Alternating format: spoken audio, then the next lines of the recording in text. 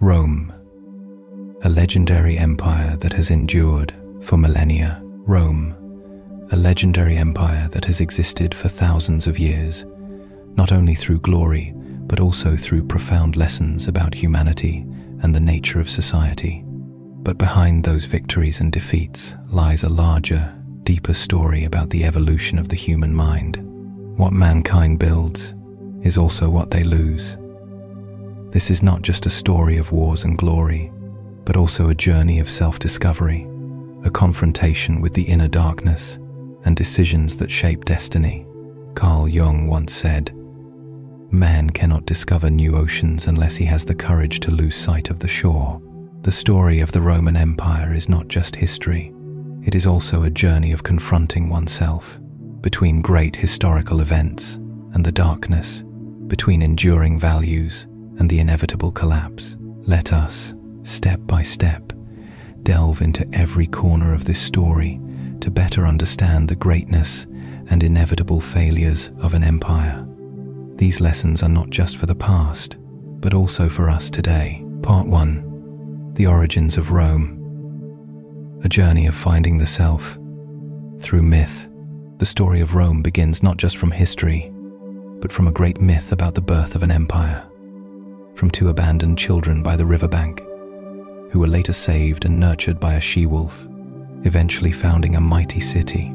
These children, Romulus and Remus, are living symbols of an inner struggle, representations of life and death, brotherly love and betrayal, the thirst for power and the desire to build an empire.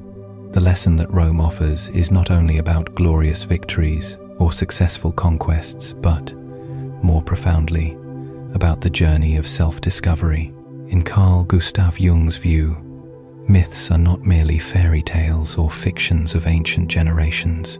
Jung believed that myth is the purest and most impressive expression of the unconscious mind. The story of Romulus and Remus is a part of the collective unconscious, a symbol of what we seek in life: identity, power, and creativity. It is the confrontation with oneself, with the subconscious self, from which a strong self can be built to withstand the harsh challenges of life.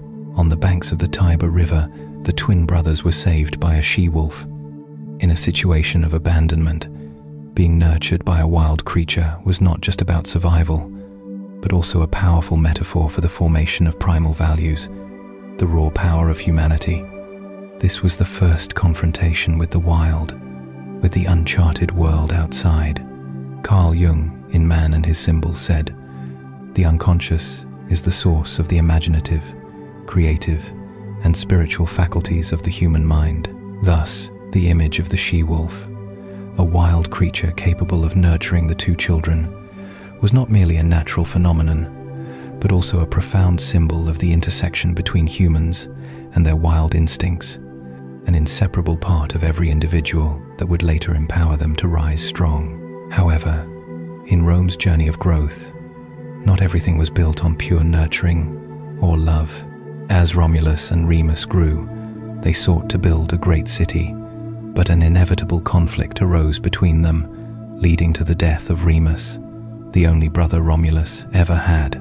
This was the defining moment in the history of Rome, where the struggle between the individual self and the collective self, between kinship and power, between love and betrayal, led to life or death decisions.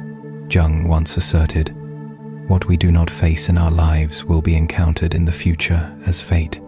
The betrayal between the two brothers, part of this foundational story, not only reflects the power struggle in the external world, but also the internal struggle within each individual, between different parts of the self. After Remus's death, Romulus became the founder of the city of Rome in 753 BCE, beginning the construction of a mighty empire. But it was not from harmony that Rome rose, but from conflict. Rome grew from challenges, from decisive actions, and at times, from painful choices.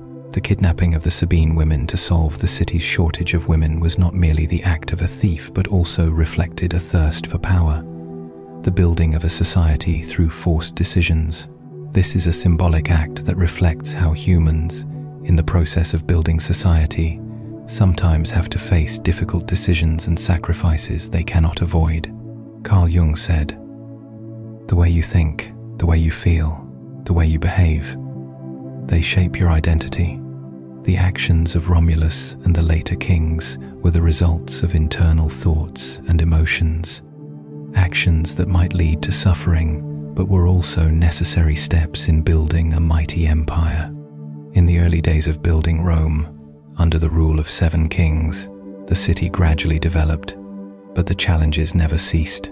Each king contributed to the city's expansion and development, but they also faced crises, resistance, and painful deaths.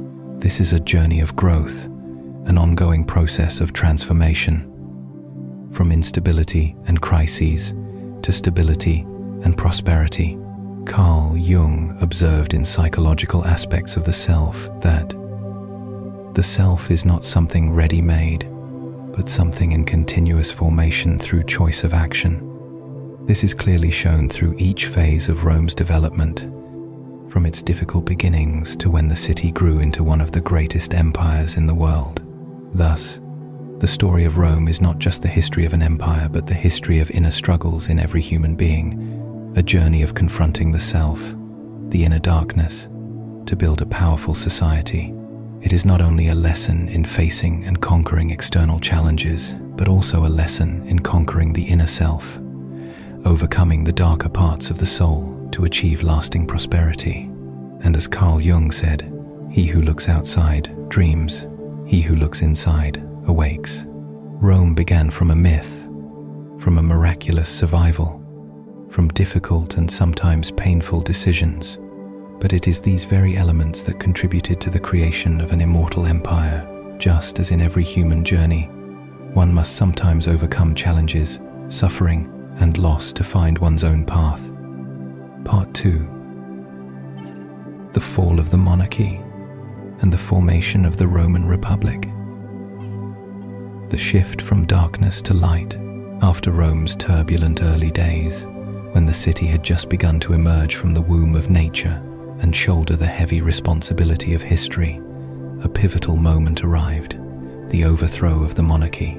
Like many other civilizations, Rome could not escape the crises that inevitably arise, where the brutality of unchecked power can lead to the collapse of an entire system. In Rome, it was the cruelty of Tarquin the Proud, the last king of the monarchy, that ignited the flames of a desire for freedom, justice, and change, leading to the birth of the Roman Republic in 509 BCE. This was a dark time in history, but also a decisive one. When Rome stood on the threshold of awakening, from its earliest days, Rome was constantly confronted with the paradoxes of society. The patricians, once the builders of the city, found that their power and personal interests had created deep divisions within society. The plebeians, the laborers, and common citizens were disregarded and pushed to the margins of power. Throughout the early years of the Republic, the struggle between these two classes sparked continuous, intense conflicts. While the patricians sought to maintain their power, the plebeians refused to remain silent, demanding their rights and a share of the power and wealth of society. The most intense conflicts, if overcome, leave behind a sense of solidarity and a stronger bond. As Carl Jung once affirmed, it was within these struggles that the Roman Republic slowly took form, with new values of justice and freedom.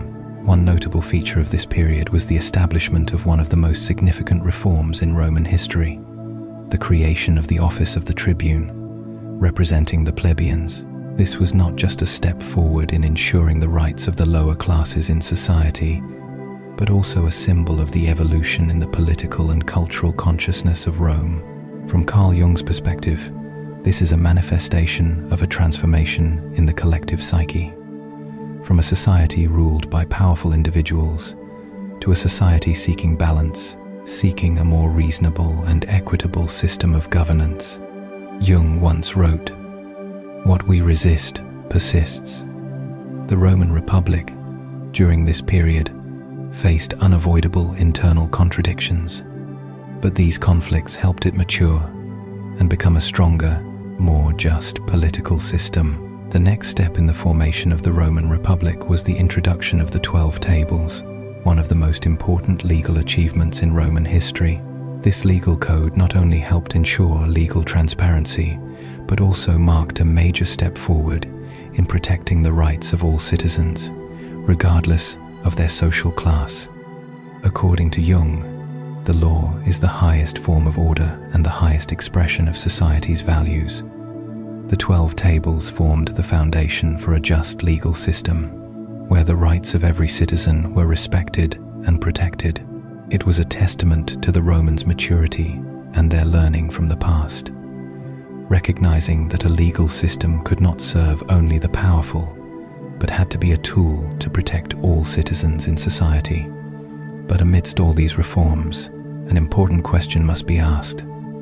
Did these steps truly reflect a profound change in the social psyche, in the mindset of the Romans? The answer does not lie solely in the laws or political reforms, but in the very nature of the Roman people, in their relentless struggles to find justice, freedom, and power. Carl Jung wrote in Psychological Aspects of the Self, "The greatest and most important problems of life are all fundamentally insolvable. They can never be solved, but only outgrown." This statement can be perfectly applied to Rome, a society that could never completely resolve all of its problems, but through continuous struggles, it overcame them, gradually moving toward a stronger republic. From the analysis above, we can see that the transition from monarchy to the Roman Republic was not just a political change, but a profound transformation in the psyche of the Roman people. They no longer accepted the old rules, the injustices in society, but instead sought to build a more just political system, a society where every citizen had the right to voice their opinions and be protected. This was a process that was neither easy nor bloodless, filled with challenges and strife. But it was within these struggles that Rome found the path to sustainable and stable development. Thus, when we look back at Roman history, we see not just a great empire that lasted for thousands of years, but also a living testament to the process of development and maturation of a society. The conflicts, struggles, and reforms created a Rome that was not only powerful in terms of political might, but also strong in spirit, in perseverance, and in the pursuit of justice. It was through these difficult times, through unrelenting conflict, that the Romans discovered the harmony and change they needed, ultimately building a great empire. In the end, what Rome achieved was not only the result of political reforms or legal codes, but the result of a profound change in the mindset of each individual and the community as a whole. As Jung once said, "We are not what happened to us, we are what we choose to become." Rome chose to become a more just society, a stronger republic, and those values grew into a mighty empire. Part 3. The expansion of Roman territory and the Punic Wars. The struggle for power and dominance, continuing the ups and downs in Rome's challenging journey. From the fall of the monarchy and the formation of the Republic, Rome did not stop at consolidating power within its own walls. It stretched outward, expanding its territory and facing great challenges. This story begins with a series of wars, most notably the Punic Wars against Carthage, one of the greatest conflicts in ancient world history. Rome, still a young empire, entered into battle with Carthage, a formidable and resilient adversary, facing numerous challenges ahead. But like all great wars, early defeats did not stop Rome's ambition to reach the heights. Not only did it overcome these difficulties, but Rome ultimately became the dominant power over the entire Mediterranean. To understand this war more deeply, we must look beyond the military conflict and see it as a battle within the human soul, a struggle not only for power, but also for identity, existence, and the core values that each empire embodies. As Carl Jung wrote in Memories, Dreams, Reflections, the privilege of a lifetime is to become who you truly are. Rome, in its early days, faced ambiguous elements and internal crises, but in war, it found a path to define its identity. The wars were not just about conquering lands, but about seeking and affirming existence. The desire for power and domination. When the Punic Wars began, Rome and Carthage both had clear objectives: control of vital Mediterranean trade routes, political influence, and territorial conquest. Carthage, already a mighty maritime power, dominated the seas, but Rome, an empire with a powerful army and a fierce fighting spirit, would not accept this. Though initially defeated in early battles, Rome never gave up. Carl Jung, in The Archetypes and the Collective Unconscious, said, "The warrior archetype is not a fighter who enjoys conflict, but one who enters into conflict because of a higher purpose." This spirit drove Rome to rise after each defeat, finding new ways to win and eventually defeating Carthage in the Punic Wars. Although Rome faced early losses, especially in the First War, it did not allow these failures to weaken its resolve. Jung believed, "What we resist persists."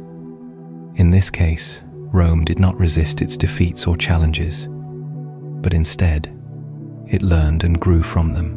Every failure became a valuable lesson. Each failure, a step forward in strengthening the resolve and strategy of the empire.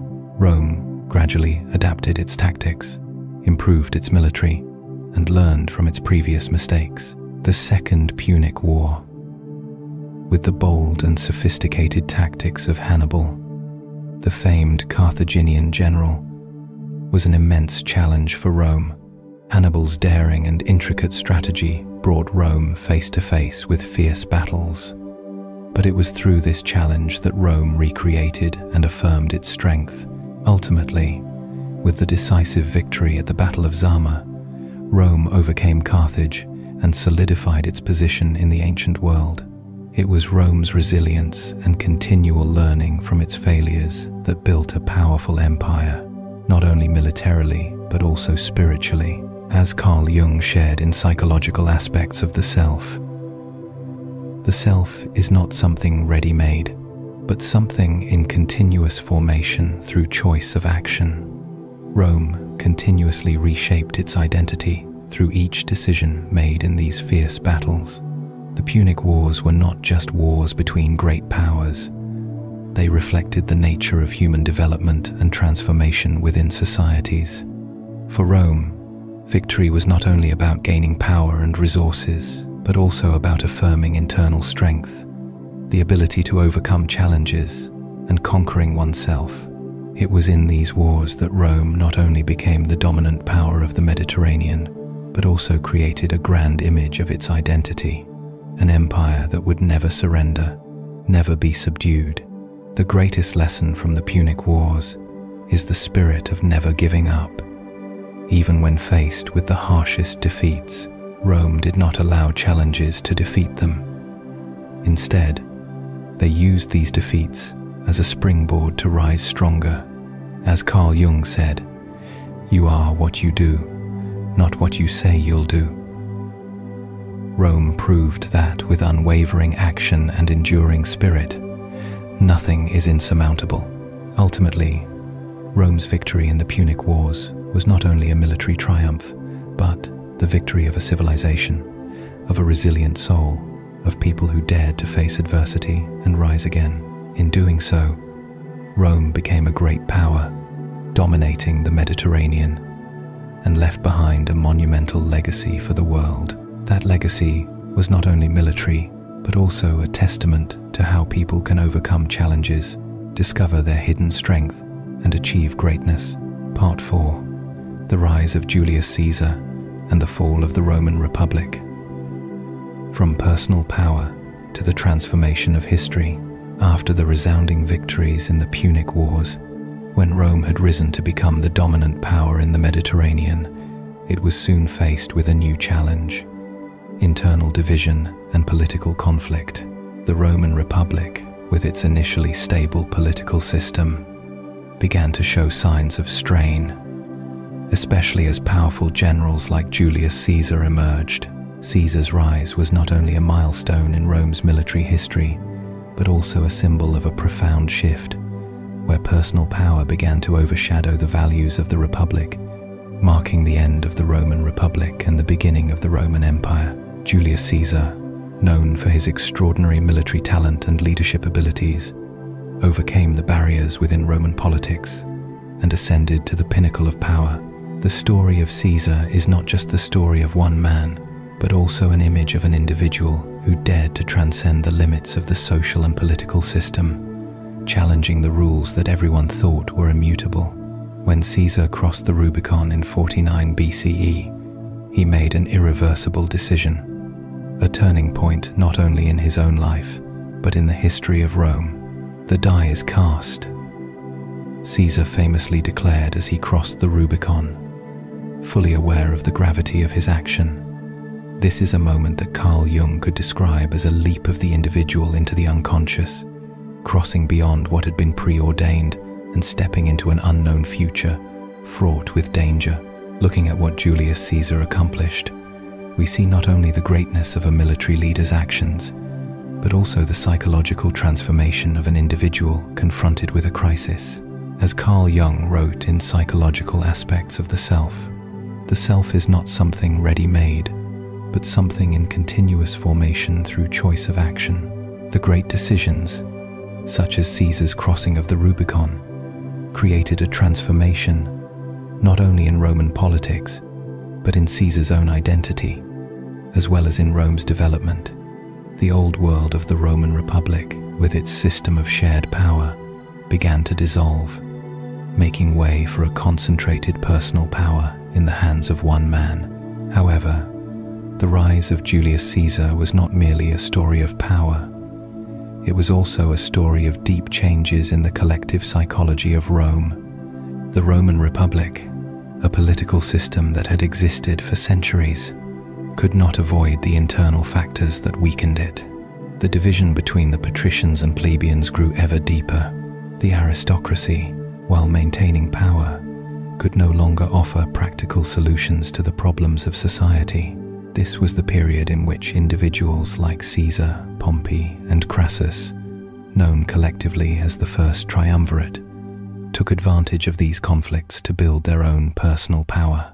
As a result, the Roman Republic became fertile ground for the rise of strong leaders, those willing to take decisive action to change the status quo. Julius Caesar, with his military and political genius, became not just a general but a symbol of transformation within Roman society. The greatest and most important problems of life are all fundamentally insolvable. They can never be solved, but only outgrown. Carl Jung wrote, "Caesar overcame problems that the Roman Republic could not resolve, from the division of power to the ongoing conflicts between the social classes. Therefore, the birth of the Roman Empire under Caesar's leadership was not a total collapse, but a step beyond the old structures, seeking a new path, a political rebirth where power was no longer shared but centralized in a single individual. Caesar's story was not just a personal tragedy, but a political one. The transition from the Roman Republic to the Roman Empire marked the end of a long-standing political system and the emergence of a new world where personal power became central. However, this power was not a guarantee of stability. It was, in fact, the very cause of conflict. Caesar, despite being a great leader, could not avoid the animosity from the aristocracy and political rivals. Just a few years after becoming the supreme ruler, he was assassinated in 44 BCE, setting off a series of events that led to the end of the Roman Republic and the rise of the empire under Augustus. As Jung said, "The privilege of a lifetime is to become who you truly are." Julius Caesar became his true self through his bold actions, but that very strength of self led to his downfall. Yet, transformation was not an end, but the beginning of a new chapter in Roman history, where power and leadership no longer resided in a system of shared authority, but in the hands of an individual. Caesar, though dead, lived on in the heart of Rome as a symbol of rebirth and transformation. Thus, the rise of Julius Caesar and the fall of the Roman Republic were not only political events, but pivotal moments in the collective psyche. It is the story of an individual confronting power, change, and difficult decisions. These decisions not only shaped Caesar's life, but also the destiny of Rome. In Caesar's greatness, we see the greatness of internal struggles, the overcoming of external barriers to find the identity of a people, of an empire. Part 5. The Golden Age of the Roman Empire under Augustus. Power, challenges, and eternal legacy. After the fall of the Roman Republic and the rise of Julius Caesar, Rome entered a new era full of ambition and transformation. However, it was during this time, after Caesar's death and the constant political upheavals, that the Roman people witnessed a crucial shift in the empire under the leadership of Augustus, the first emperor who established a strong government system that would endure for centuries. This was the Golden Age of the Roman Empire, where power was centralized in the hands of one man, yet it brought stability to an empire that had endured numerous crises. Still, behind this grandeur, the Roman Empire was not free from significant challenges. Military pressure from barbarian tribes, internal power struggles, and the rise of Christianity. These elements not only tested the empire's durability, but also raised profound questions about the nature of power, stability, and change in society. As Carl Jung stated in Man and His Symbols, we cannot change anything unless we accept it. Condemnation does not liberate, it oppresses. In this period, despite the great challenges, Rome had to learn to accept and overcome in order to maintain its power and prosperity. The emergence of Augustus, also known as Octavian, as the leader of this period, was not a coincidence, but the result of prolonged and intense political struggles. After Julius Caesar's death, Augustus overcame significant challenges in his bid for power against formidable opponents like Mark Antony and Cleopatra, ultimately becoming Rome's first emperor. He brought stability with a new political system, establishing Pax Romana, Roman peace, a period that lasted more than 2 centuries, during which the Roman Empire reached the height of prosperity and power. Augustus's reign was not just the ascension of an emperor, but the formation of an unshakable empire, where power was concentrated in a single individual, but brought stability to an entire civilization. However, this stability, while a great achievement, did not come without its price. Carl Jung, in The Archetypes and the Collective Unconscious, wrote, "The warrior archetype is not a fighter who enjoys conflict, but one who enters into conflict because of a higher purpose." Augustus, as the founder of the Roman Empire, did not seek war or conflict, but he had to face fierce challenges, internal power struggles, military pressure from barbarian tribes on the frontiers, and the rise of new religious movements, such as Christianity, which would later profoundly affect the future of the empire. The stability and prosperity that Augustus brought to Rome was not a permanent safeguard against all challenges, but rather the maintenance of a fragile equilibrium. During this period, the Roman Empire began facing threats from barbarian groups outside its borders, such as the Germanic tribes and nomadic peoples. While their strength was not enough to invade Rome, they were powerful enough to shake the empire's frontier regions. Invasions by tribes like the Goths, Vandals, and Huns, although not directly toppling Augustus, sowed the seeds for the long-term weakening of the Western Roman Empire. Jung once said in Psychological Aspects of the Self, "What we resist persists." These external threats were elements that Rome could not entirely solve, despite their vigorous efforts to maintain their power. For Augustus, external pressures were not the only challenge he faced. Inside the empire, internal power struggles continued between generals, noble families, and political factions. While Augustus established a new government system and reduced political infighting, conspiracies and resistance still simmered within the empire. Thus, throughout his reign, Augustus had to contend with leadership challenges, not only within the military, but also in maintaining social order and the consent of the various classes. Additionally, one of the greatest challenges Augustus faced was the rise of Christianity. Though still in its early stages, Christianity began to attract the attention of the people, especially those from lower social classes. Carl Jung in The Undiscovered Self wrote, "The most terrifying thing is to accept oneself completely." Christianity, with its message of salvation and love, addressed profound psychological needs within individuals, needs that the Roman regime could not fulfill. Therefore, while Christianity could not immediately overthrow Roman power, it began to gradually raise questions about the nature of power and leadership. This question would grow more important in the centuries to come, when Christianity would become the official religion of the Roman Empire under Constantine.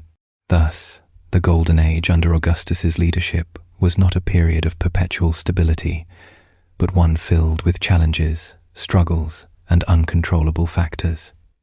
However, under Augustus's leadership, Rome achieved significant accomplishments in politics, military, and culture, and his legacy still profoundly impacts world history.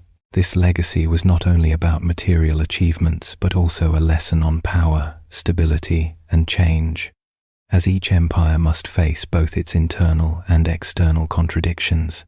The Golden Age of the Roman Empire under Augustus, though bright and powerful, could not escape the monumental challenges faced by all empires, external pressures and internal resistance. Yet, it was in these challenges that the strength and resilience of Rome were forged, and Augustus's legacy endures in our minds as a reminder of the balance between power and responsibility, between stability and the ongoing change of history. Part 6.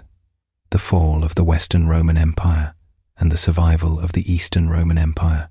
Byzantine, the eternal legacy of a civilization. From the Golden Age of the Roman Empire under Augustus, when the empire's power and prosperity were consolidated and expanded, to the challenges it faced in the centuries that followed, Roman history has witnessed a long journey filled with both triumphs and declines. The greatness and the decay, though differing in form, both reveal one clear truth: nothing in this world is eternal, and no empire can last forever. Especially when the Western Roman Empire, with all its power and influence, ultimately could not escape its collapse, marking the end of a golden era of ancient civilization. In 1453, the fall of Constantinople, the capital of the Eastern Roman Empire, Byzantine, to the Ottoman forces, marked the end of the Roman Empire. However, as Carl Jung stated in The Archetypes and the Collective Unconscious, the end is where we start from. Even though the Western Roman Empire no longer existed, its legacy continued to live on, serving as an eternal reminder of the power of this civilization and its profound influence on the centuries that followed.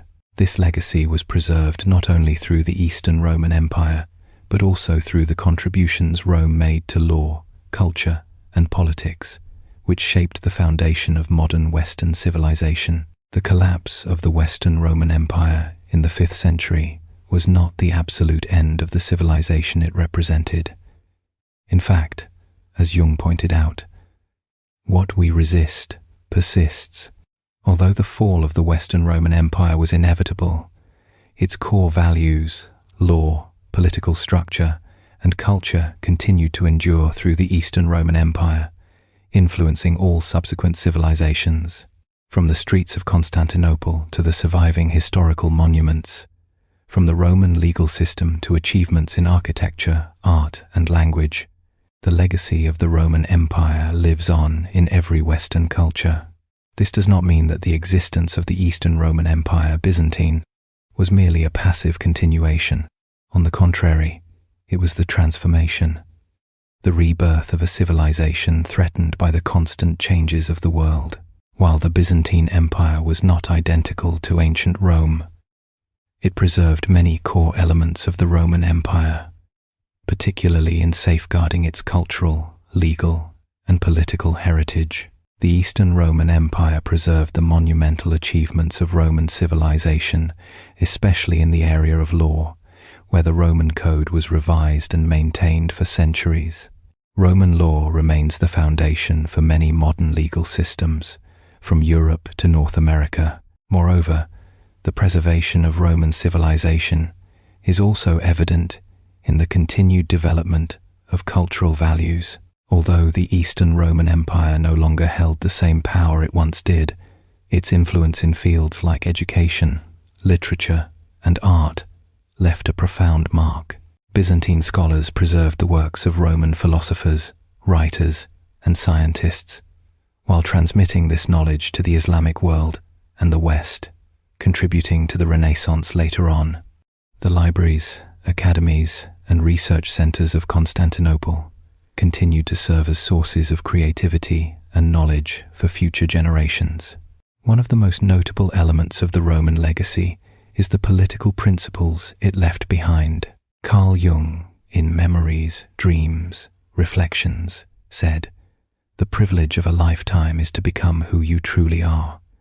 The Roman Empire, especially in its Byzantine form, created a political system that many Western nations still use as a model.